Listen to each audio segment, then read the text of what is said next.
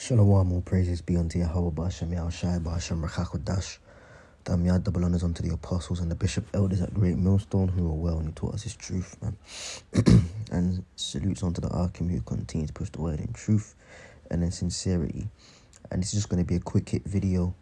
And it's a thought meditation along the lines of, there's beauty in progression, man.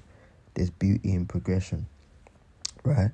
And this is the book of 2 Samuel, chapter 7, and it's dealing where basically the Lord was approving David for the position of rulership, but the Most High explains to him where he's taken him from, and you can't always, it's not everyone's lot to be the top guy, and even when being the so-called top guy, you're not just gonna get there. There's a progression, and yeah, man. Pretty much there's beauty in lowliness and working our way up and becoming better individuals as time goes on. But the point is, there's a process and there's a time, and as the scripture says, we're not to despise small beginnings, man. So this is 2 Samuel chapter 7, and I'll start from verse 8. And it says, "Now therefore so shalt thou say unto my servant David." In fact, let me go up a bit because I think it's Nathan, the prophet. Let's see something here. Yep. Start from verse 4. 2 Samuel 7 and 4. And it came to pass that night that the word of the Lord Yahweh came unto Nathan, saying, and Nathan is a prophet, "Go and tell my servant David, thus saith the Lord Yahweh, thou shalt build me an house for me to dwell in, whereas I have not dwelt in any house since the time that I brought up the children of Israel out of Egypt, even to this day. But I have walked in a tent and in a tabernacle, and in all places wherein I have walked before the children of Israel spake I a word by any of the tribes of Israel, whom I commanded to feed my people Israel, saying, why build me not an house of cedar? Now therefore so shalt thou say unto my servant David, thou shalt, thus saith the Lord Yahweh of hosts, I took thee from the sheepcote, from following the sheep, to be ruler over my people, over Yasharallah, over Israel, So the word, the Lord came to Nathan, the prophet, to give this word unto to David, saying, listen, man, I walked with the people in the tent in the wilderness, man, but now a house is to be raised, man, and when you get into it, David purposed in his heart to raise, but it would really be his son Solomon who went on to see the completion of that, man, and do it, rear it up and do it concerning the temple, because at this point David had his immediate enemies wiped away, as it says here in the scripture, but then he would go on to have more and shed a lot of blood, man. Hence why the blood that was on his hands prevented him, from building the temple, but it was purposed in his heart. That's in 1 Kings, the 8th chapter. Solomon, his son, Shalomar, said it in his prayer when the chariot came over the house, when he was consecrating it. And he said, my father David purposed in his heart to build. All right. But anyways, it says here, now therefore so shalt thou say to my servant David, verse 8, thus saith the Lord of hosts, I took thee from the sheepcote, from following the sheep. So that's a lowly job, man, and there's reference to that in the scripture where David was the least of his brethren, and he was a keeper of the sheep, which is a lowly job. That's not really regarded as much, man, okay. And speaking with one of the the elder brothers, the elders, a couple of us were speaking, and he was dropping some gems, and it was pretty much talking about working, in this society, in particular jobs, and he was saying to me and another brother in particular, learn the process of things, even in this world, and that's wisdom, man. Learn the process of things, like how things work, how things come together for a greater good and a greater purpose, because the kingdom is not all about just running around, fucking women, and drinking wine. There's procedures and things that have to be put in place, infrastructure, architecture, man, building, irrigation systems, man, finances, storehouses, okay, the economic welfare, all these things we're going to be masters at, man, but if, like the scripture says, I've made thee keeper of few, now I'll make thee ruler over much, enter into the joy of thy Lord. This experience on this side, we're meant to actually learn from it and take things away, and pretty much apply it so that we can have it in perfection and greater quantities in the kingdom to come,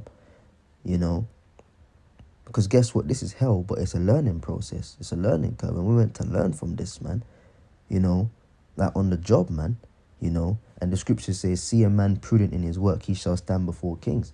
So when we read the scriptures and we operate as a man of the Lord, that should even make us better in the workplace. Now, you may encounter more demons because your spirit is lifted up in righteousness, Abarazah, and the demons at work don't like that and they jump on you. So you may have a more hellish time at work in some cases.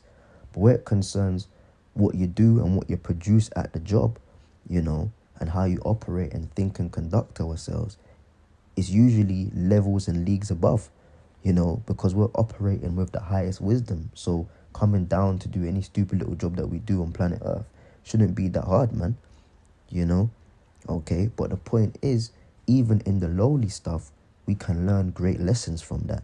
That's why the Lord said, I have took thee from the sheepcote and from following the sheep.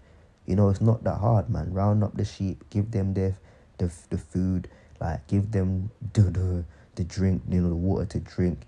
You have your staff, you round them up, you put them here, you bring them here, like boom. You share them when their wool grows too much.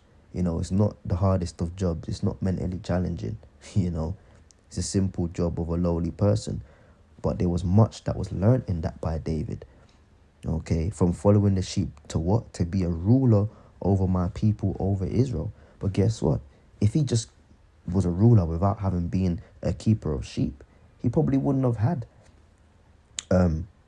the wisdom that he had. Now you could say that's a stretch, that's an extrapolation, brother. That don't make sense. What does sheep have to do with ruling?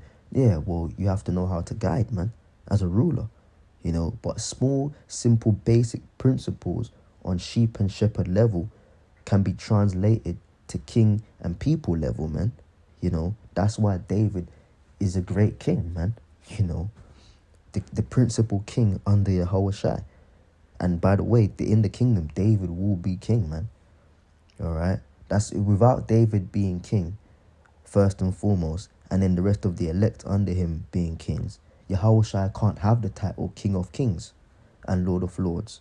Because if Yahushua was the only king, then he's not King of Kings, he's just king. But there needs to be other kings there for him to be over, for him to have that title, King of Kings and Lord of Lords, as it is recorded in the book of Revelations, I believe.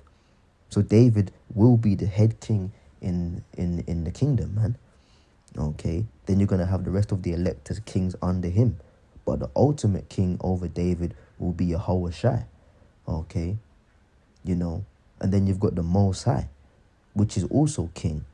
All right, but in the kingdom, like the Most High, it's going to be established that he's the highest anyway. So he's kind of going to deflect his glory. Like, yeah, man, I know I'm that guy. This is my whole story. Yeah, I made this all up. Yeah, this whole existence is all me. But he's going to kind of like give it off to Yahushua, man. That's what it's going to be like, man. Okay, even though the Most High will be worshipped and revered as king, he's going to kind of like put that shine on his son, Yahushua. Then Yahushua, because guess what? The kingdom is Yahushua's, given to him by the Father. It's like a toy. You're a father and you buy a toy for like your 3-year-old son. You don't play with the toy. You give the toy for your son to play with. So this whole existence is like a toy given to a son that's pleased his father. This is my son in whom I'm well pleased. You did your homework, you did the job, you behaved yourself, you did well. Okay, here's a toy, here's a reward. That's existence. This whole existence is a toy for Yahweh Shai to play with, man. But then he shares the toy with his younger brothers, you know? Okay, so it says here, to be a ruler over my people, over Israel. And I was with thee, whithersoever thou wentest. So even with the stupid, low, menial jobs, keeper of sheep, this, that, look down on it, David's nothing, he's only but a boy. Yeah, the Lord was with him, man. You know? So we're not to despise small beginnings. We're not to despise lowly start-offs and things of that nature, because Abarazah, the Lord, is with us. And I've cut off all thine enemies out of thy sight, and have made thee a great name, like unto the name of the great men that are in the earth. Okay? Moreover, I will appoint a place for my people Israel, and will plant them, that they may dwell in a place of their own, and move no more, neither shall the children of wickedness afflict them any more, as before time. You know, and it goes on. But that's the point, man. You know, the Lord was with David, and the Lord raised him up from a low position into a position of rulership, man. And that's pretty much the process which we're going through. And all praises be to Yahweh Hashem Yashai B'Shem L'Kah. We're pretty much at the end of that learning process, learning curve. And we're about to get up into rulership. We're about to get up into the kingdom, man. You know, but lest we forget the reason why we're here in the first place. It was to learn. All right. Yeah, to suffer. Micah 7:9. I will bear the indignation of the Lord because I've sinned against him. Did he execute judgment for me? Right. But as well as paying a punishment, it was a learning process, man. And through that learning process, we're here now to take those valuable lessons, which are going to be perfected when we're changing the bodies, so we can execute the office of priest, king, and judge in the kingdom under Yahweh Hashem Yahushai. So with that, I'll say shalom.